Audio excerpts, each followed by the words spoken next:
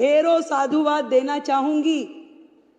भारत जैसे विश्व के सबसे बड़े लोकतंत्र का नेतृत्व करने वाले आदरणीय प्रधानमंत्री श्रीमान नरेंद्र मोदी जी को, जिन्होंने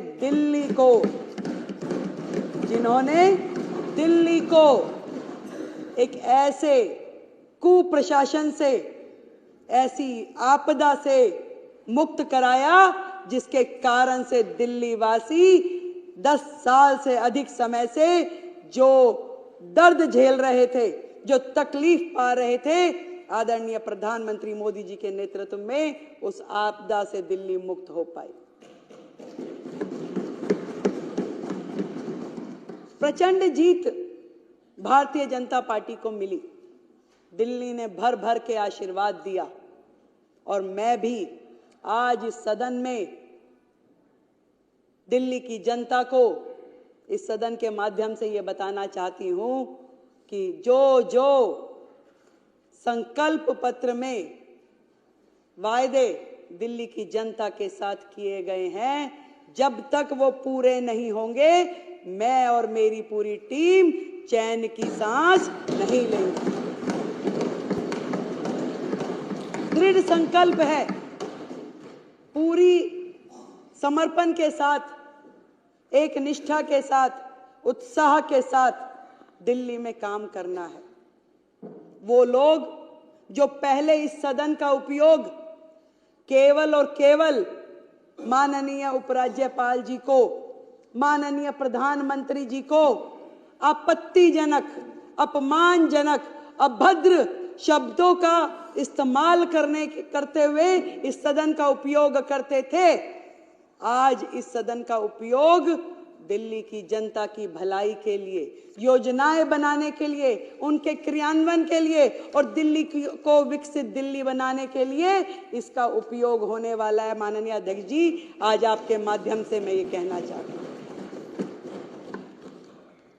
20 तारीख को जब शपथ ग्रहण हुआ, उसी दिन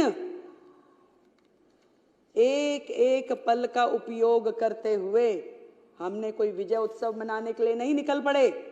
हम आए सचिवालय में, हमारी पूरी टीम ने अपना ऑफिस का कार्यभार संभाला। हमने पहली कैबिनेट की मीटिंग पहले दिन, शपथ वाले दिन ही करी और जिसके कारण से पिछली सरकार के कारण से लंबित आयुष्मान योजना को हमने पहली कैबिनेट मीटिंग में पास किया। हम घर नहीं गए कि मिठाई खानी है, खिलानी है, ढोल बजाने हैं। हम लोग उस दिन पूरा दिन अलग अलग विभागों की मीटिंगों में लगे रहे।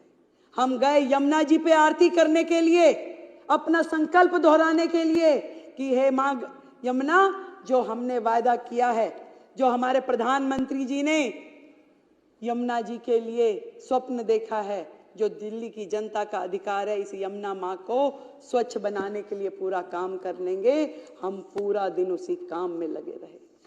आज 8 दिन और 9वां दिन आज माने तो एक एक दिन मैं और मेरे मंत्री और मेरे विधायकगण अपने क्षेत्र की जनता के साथ मिल करके दिल्ली को कैसे सुधारना है, क्या क्या काम होने हैं, केवल जनता के बीच में जा करके वो काम कर रहे हैं।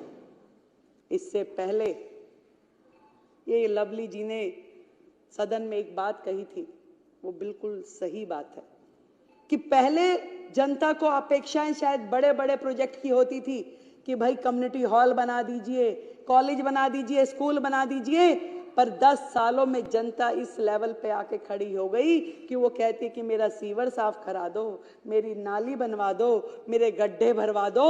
इस कदर दिल्ली की जनता को परेशान करके वर्षों पीछे धकेलने वाली सरकारें आज यहाँ पर नहीं है।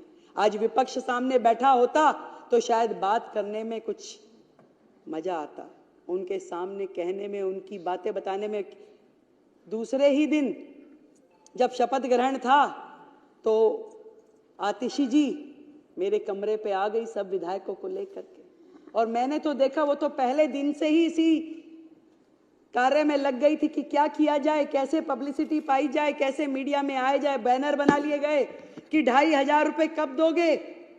मैंने उनको साथ सम्मान अपने कमरे में बुलाया, बिठाया पूछा कि बताइए भाई क्या कह रही हैं आप? उन्होंने कहा जी 2,500 रुपए कब दोगे?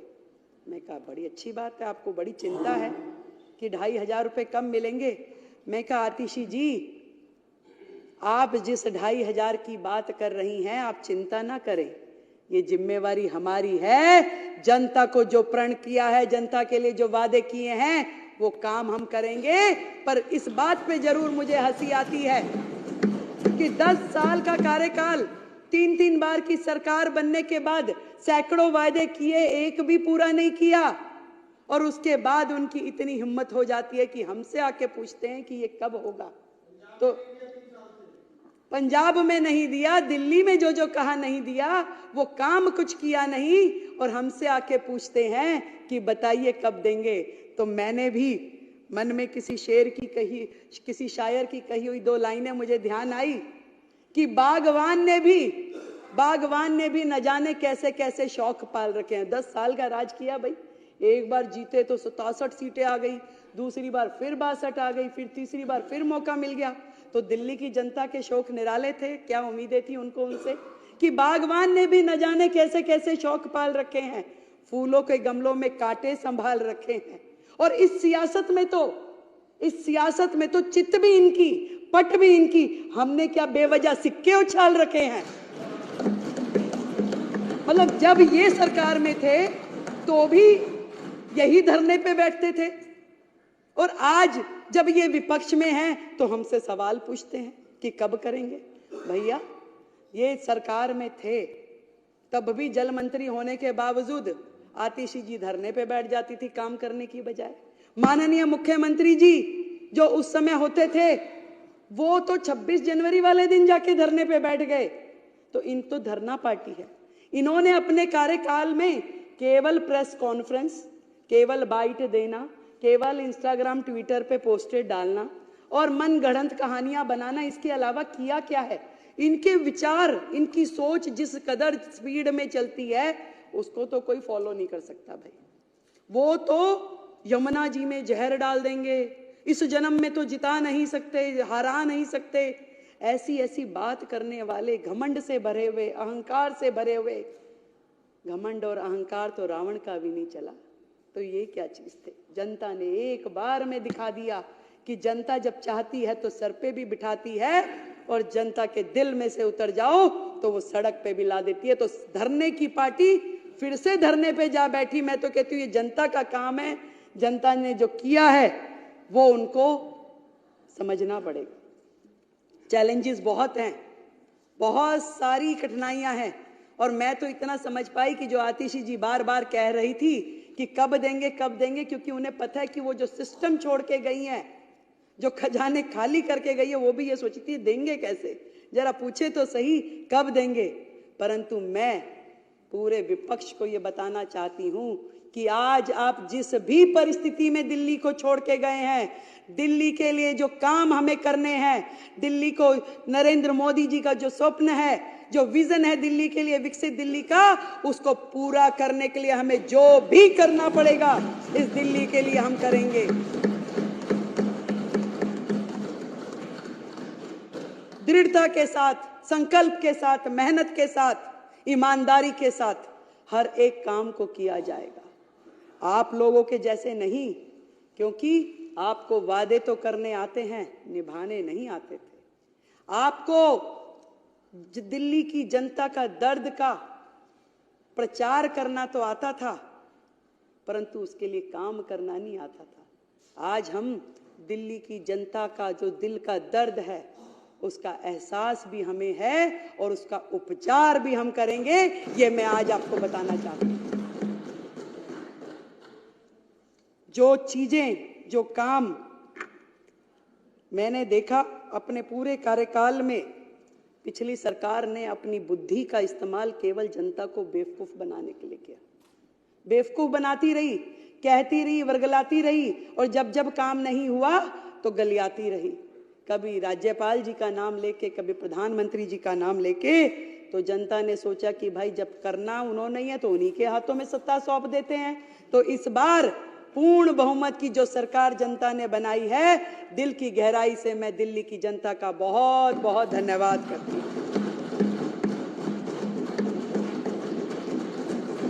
और कहना चाहूंगी जितने काम दिल्ली में करने वाले हैं, देखिए केजरीवाल साहब ने अपना बंगला, अपना शीश महल तो बना लिया, पर ये नहीं सोचा कि लाखों लोग जो झुग्गियों में रहते हैं, जो सड़कों में रहते हैं, जिनके सर पे छत नहीं है, उनके लिए क्या करना है। उनके लिए उनको छत मिले, उन्हें घर मिले, उसके लिए उन्होंने कोई काम नहीं किया। वो केजरीवाल साहब जो अपने घर का टॉयलेट बनाने के लिए करोड़ों रुपए खर्च देते हैं, दिल्ली के झुग्गीवासी किन शौचालयों का उपयोग कर रहे हैं। आज दिल्ली देश की राजधानी है, फिर भी दिल्ली में सबसे ज्यादा ओपन डेफिकेशन है। ये शर्मनाक हरकत, ये शर्मनाक काम का जिम्मेदार वो सरकार है जिसका राज पिछले इतने साल रहा। एक भी काम वो बताए कि उन्होंने अपने कार्यकाल में शुरू किया और उसे खत्म किया। बची कुची रोटियां, बचे कुचे टुकड़े जो शीला दीक्षित जी के समय के थे, उन्होंने केवल उसी का प्रचार प्रसार किया कि हमने ये कर दिया, हमने वो कर दिया। झूठा फ्रॉड शिक्षा का मॉडल, जिसमें बेचारे बच्चे फेल होते रहे, ड्रॉप आउट होते रहे, परंतु उनका भविष्य अधर में लटका रहा और ये अपना प्रोपोगंडा करते रहे, हमारा शिक्षा का मॉडल। दिल्ली की जनता से पूछो जाके, कौन सा शिक्षा मॉडल की बात कर रहे हैं। अभी आशीष भाई ने बताया कि कितने ज्यादा ये लोग केवल अपना सर्वस्व, मैं। केजरीवाल जी ने दिल्ली की जनता के बने हुए उन मकानों में उनको जाने नहीं दिया, उन झुग्गी वासियों को, क्योंकि वो मुख्यमंत्री आवास योजना के नाम से घोषित नहीं हुए। पैसा सरकार देगी, केंद्र की सरकार, नाम तुम्हारा देंगे भाई। ऐसा कहां होता है? तुम लगाते, तुम करते, तुम उसमें अपना नाम लिखते। तुमने तो छोटी छोटी चीजों पे, यानी कि इस सदन में व्हाइट वॉश हुई, उसका भी पत्थर माननीय मुख्यमंत्री जी ने यहां लगा करके छोड़ा हुआ है। तुम तो नाम के इतने भूखे हो। तुमने दिल्ली की जनता को आयुष्मान योजना से महरूम रखा क्योंकि तुम्हारा नाम उसमें नहीं था, उसमें प्रधानमंत्री आयुष्मान योजना था, इसलिए दिल्ली की जनता को तुमने वो मिलने नहीं दिया। पूरे देश की जनता को आयुष्मान का लाभ मिला, पर दिल्ली की जनता उससे महरूम रही, सिर्फ और सिर्फ तुम्हारे अहम के कारण। आज दिल्ली की जनता बाट जो रही है कि कैसे दिल्ली आगे बढ़ेगी, दिल्ली में वो काम होंगे। मैंने बहुत सारे अधिकारियों से मेरी बात हुई, मतलब वो सरकार जो अपने ही अधिकारों को मारती पीटती थी, गाली गलौज करती थी, कैसे काम होते उस सरकार में। अपने ही चीफ सेक्रेटरी को घर में बंद करके पीटना, ये तो माननीय मुख्यमंत्री जी ही कर सकते थे। ऐसे लोग जो इस राज्य से कर वसूल करके दूसरे राज्यों में चुनाव में जाके खर्च करते थे, केवल एजेंडा था कलेक्शन हो जाए और उसके बाद खर्च कहां करना है वो कोई नहीं जानता था। मुझे जब मैंने ये सीएजी का रिपोर्ट प्रस्तुत किया तो रिपोर्टर्स ने पूछा कि 14 की 14 रिपोर्टें एक बार में क्यों नहीं प्रस्तुत करती हैं मुख्यमंत्री जी। मैंने कहा भाई एक कितनी भारी है, एक बार में करूंगी तो हमारे विधायकगण अपने घर रिपोर्ट लेके भी नहीं जा पाएंगे। इतनी भारी भारी रिपोर्टें, एक रिपोर्ट जिसका वजन पता नहीं, हो सकता है ये 3-4 किलो तो लग ही रहा है मुझे। तो इतने पेपर पढ़ना, उनको समझना, तो एक एक करके निकाल रहे हैं तो उनकी सांसें ऊपर नीचे हो रही है और उनकी इतनी हिम्मत नहीं है कि वो सदन में आके सामने बैठ सकें, उसे सुन सकें। उन्हें बहाना चाहिए था, तस्वीर नहीं लगी। मैं उनसे पूछना चाहती हूं, जो सरकार का एडमिनिस्ट्रेटिव हेड है, जो देश की राष्ट्रपति, क्या उनकी फोटो नहीं लगनी चाहिए? आज जिनके माननीय हमारे शहीद भगत सिंह, हमारे बाबा साहब, हम सबके पुरोधा हैं। हमने उनको सम्मानजनक, हमारे दिल में सम्मान है। जितना काम इस दिशा में कि बाबा साहब के सम्मान में देश भर में होना चाहिए, वो नरेंद्र मोदी सरकार ने किया है। आज तक किसी सरकार ने, ना किसी नेता ने इस सम्मान को उन्हें दिया जितना सम्मान मोदी सरकार ने बाबा साहब के चरणों में अर्पित किया है। वो लोग बातें करते हैं, फोटो नहीं लगाई, केवल मात्र बहाना कि मुझे तो लड़के जाना है, किस तरीके से मुझे यहां से बाहर निकले, क्योंकि वो सुन नहीं सकते थे। जो बातें इस रिपोर्ट में लिखी हुई है, जो बातें एक एक विधायक यहां बोलेगा, उनकी हिम्मत नहीं थी वो सुनने की, इसलिए वो दौड़ गए कि भाग जाओ भैया, जो मर्जी बोले यहां पे, हम तो बचें। उनको काम क्या है? उनका काम है इस सदन में बैठे अपने चिंगू मिंगू के माध्यम से वीडियोस बनवाएं, उस वीडियो को प्रचारित करे, प्रसारित करे। एक वीडियो रिलीज हुआ प्रवेश जी, एक बुक्के था, अब बुक्के दे रहे थे, वो कह रहे जी एक बुक्के से मुख्यमंत्री जी ने कईयों को निपटा दिया। भाई मैं तो बनियों की लड़की हूं, मैं तो फजूल खर्ची कर नहीं सकती। इस दिल्ली में जनता का एक एक रुपया जो कि राजस्व के रूप में हमें मिलता है, एक भी रुपए का दुरुपयोग मैं होने नहीं दूंगी। आज इस सदन के माध्यम से मैं कहती हूं, भाई एक बुक्के इस्तेमाल कर लिया तो क्या गलती कर दी भाई? पैसा बचाया है, खराब तो नहीं किया। और यह भी बताना चाहूंगी कि जो भी लोग इस लूटपाट में, भ्रष्टाचार में लिप्त थे, एक भी व्यक्ति को छोड़ेंगे नहीं, एक एक पाई का जवाब देना पड़ेगा।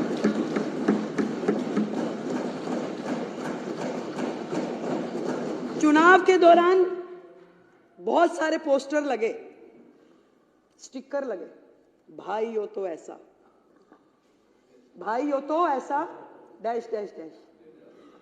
ऐसा भाई जिसने दिल्ली की बहनों के परिवार बर्बाद कर दिए, घर बर्बाद कर दिए, एक के साथ एक फ्री देने वाला तो सर एक ही मुख्यमंत्री है पूरे के पूरे देश में। एक ही मुख्यमंत्री, एक के साथ एक फ्री। दारू, कैसे घर बर्बाद हुए, कैसे बहनें खून के आंसू रोई, ये केजरीवाल साहब जो उन्होंने किया वो इतिहास में लिखा गया। जो घर बर्बाद हुए, जब उस बहन का पति उससे लड़ता था तो वो 100 गालियां देती थी केजरीवाल को, और वही बद्दुआएं लगी है कि केजरीवाल जी की पूरी टीम सिमट के, जितने धुरंधर थे, जितने मुखिया थे, सब घर जाकर के दुबक्के बैठ गए। दिल्ली की जनता, दिल्ली की बहनें, उनकी बद्दुआएं उन्हें लगी। जो नीतियां रीतियां उन्होंने अपनाई, जो भविष्य खतरे में डाला, दिल्ली को बर्बाद करने की दिशा में उन्होंने कुछ छोड़ा नहीं। उन्होंने डेवलपमेंट के नाम पे जहां जहां जो जो करना चाहिए था कुछ भी नहीं किया। केंद्र सरकार से करोड़ों करोड़ रुपए आते रहे और उनको बर्बाद करने के लिए उन्होंने सारे काम किए। यमुना की सफाई के लिए करोड़ों रुपए आए, कुछ काम नहीं किया। दिल्ली में G20 के समय में जितने काम हुए उसमें दिल्ली सरकार का जो शेयर देना था दिल्ली सरकार ने नहीं दिया। मेट्रो के एक्सटेंशन में जो पैसे दिल्ली सरकार ने देने थे दिल्ली सरकार ने नहीं दिए। एक भी काम दिल्ली सरकार ने जो उनका बनता था वो किया नहीं। जब भी जरूरत पड़ी केंद्र सरकार ने ही खड़े होकर के दिल्ली को संभाला। कोविड के समय में भी ना तो केजरीवाल घर से बाहर निकले, ना ही उनके जितने विधायक थे घर से बाहर निकले। एक भी विधायक ने समेत उनके मंत्रिमंडल के किसी दिल्ली की जनता की कोई मदद नहीं करी अध्यक्ष जी। तब भी दिल्ली को संभालने वाले आदरणीय प्रधानमंत्री जी थे और गृह मंत्री अमित शाह जी थे जिन्होंने दिल्ली को संभाला और दिल्ली के प्राण बचाए। कैसे भूल जाएगी दिल्ली की जनता, कैसे भूल जाएगी। आज भी मैं तो यही कहना चाहूंगी कि मिशन मोड पे काम करना पड़ेगा। एक दूसरे पे दोषारोपण की जो प्रथाएं चलती थी, हमें उससे मतलब नहीं है। मीडिया वाले मेरे को रास्ते चलते बाइट के लिए बोलते, मैं मना कर देती हूँ। मैं क्या, कुछ करने तो दो, पहले काम करूंगी उसके बाद बोलूंगी। और कोई बहाना नहीं, कोई किसी के ऊपर दोषारोपण नहीं, कोई मर्यादित व्यवहार नहीं, केवल और केवल काम। और उस काम के करते हुए दिल्ली में जो भी दिल्ली जिसकी अधिकारी है वो सारे के सारे अधिकार उनको देने हैं। यहाँ तक कि एमसीडी का जो शेयर हमारा बनता है, आज इस सदन के माध्यम से मैं कहना चाहती हूँ कि 192 करोड़ रुपए जो दिल्ली नगर निगम का शेयर है वो हमने उनको ट्रांसफर करवा दिया। दिल्ली की जनता को बातों की सफाई, हाथ की सफाई नहीं चाहिए।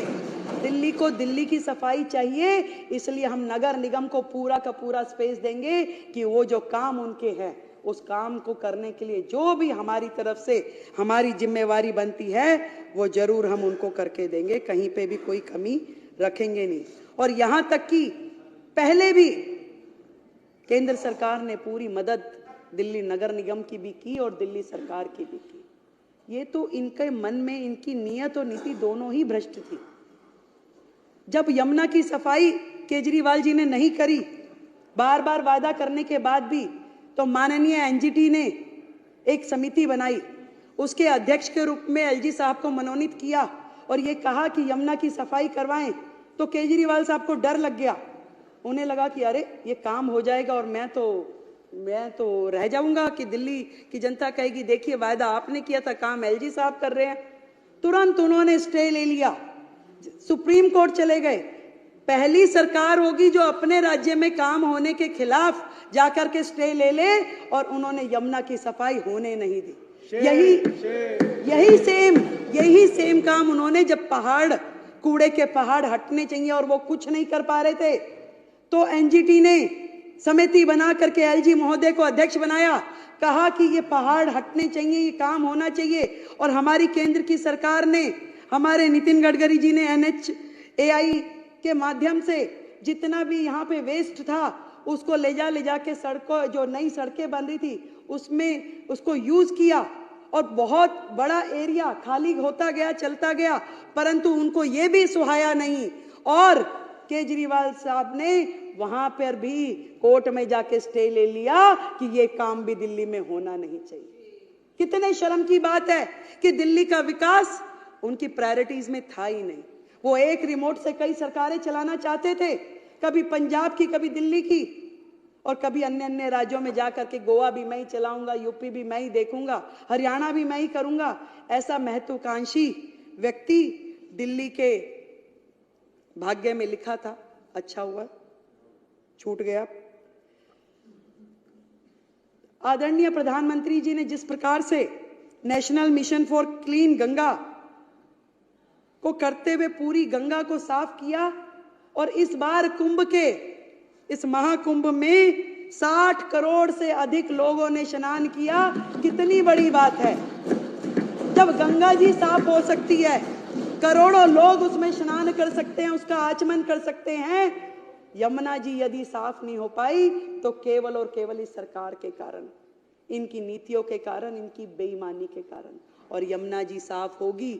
आदरणीय प्रधानमंत्री जी ने जो विजन यमुना जी के लिए, दिल्ली के लिए लिया है, निश्चित रूप में इस बार डबल इंजन की सरकार उसके लिए काम करेगी। अभी आशीष जी ने बताया कि माननीय गृह मंत्री जी के साथ जो आज हमारी मीटिंग हुई, मैं सोच रही थी कि इतनी बड़ी सरकार, इतने सारे राज्य, पर दिल्ली के लिए जो उनकी चिंता है, दिल्ली के लिए जो उनका कंसर्न है, वो हम सबका सौभाग्य है कि आज उन्होंने छोटे छोटे विषय पे भी बड़े से बड़े अधिकारियों के साथ में मीटिंग कर ये कहा कि दिल्ली में समर एक्शन प्लान, दिल्ली में मानसून एक्शन प्लान की तैयारी की जाए, ताकि दिल्ली की जनता परेशान ना हो, दिल्ली की जनता को वो तकलीफें दोबारा झेलनी ना पड़े। मैं धन्यवाद करती हूँ अपने नेतृत्व का, आदरणीय मोदी जी का, आदरणीय अमित शाह जी का, जिन्होंने दिल्ली के लिए एक पूरी तरीके से डेडिकेटेड टीम को मौका दिया यहाँ पर आने का।